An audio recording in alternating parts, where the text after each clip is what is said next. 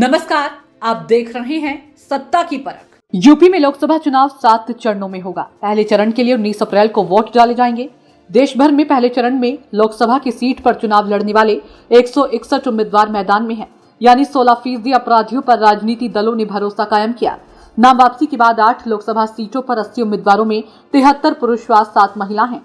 शामली जिले की कैराना लोकसभा में सबसे अधिक 14 व सबसे कम 6 प्रत्याशी नगीना व रामपुर लोकसभा सीट में बचे हैं, जबकि मुरादाबाद में 12, मुजफ्फरनगर एवं बिजनौर में 11, सहारनपुर व पीलीभीत में 10 प्रत्याशी बचे हैं। इन 161 प्रत्याशियों में 7 के विरुद्ध हत्या के अपराध विचाराधीन है, तो वहीं 19 के विरुद्ध हत्या का प्रयास जैसे गंभीर आरोप हैं। प्रदेश की पहले चरण की 8 लोकसभा सीटों पर चुनाव लड़ रहे 80 प्रत्याशियों में 28 पर आपराधिक मामले दर्ज हैं, यानी 29% उम्मीदवारों पर गंभीर आपराधिक मामले दर्ज हैं। इसका खुलासा इलेक्शन वॉच और एसोसिएशन फॉर डेमोक्रेटिक रिफॉर्म्स ने उम्मीदवारों के शपथ पत्रों के विश्लेषण के बाद किया।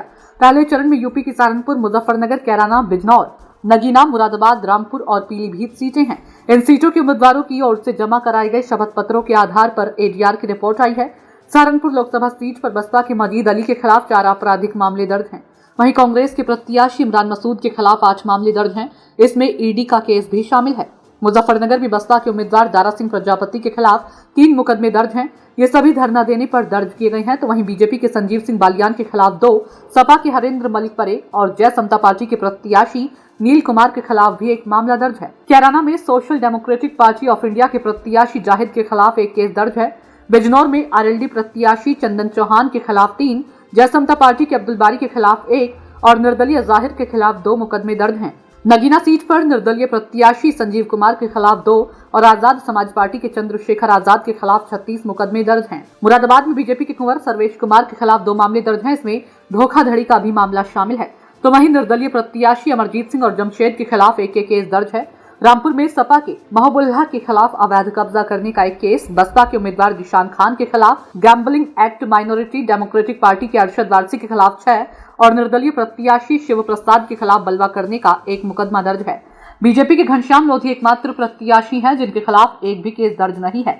पीलीभीत में सपा के भगवंत शरण गंगवार के खिलाफ 2 और निर्दलीय प्रत्याशी आदर्श पांडे के खिलाफ 1 मुकदमा दर्ज है।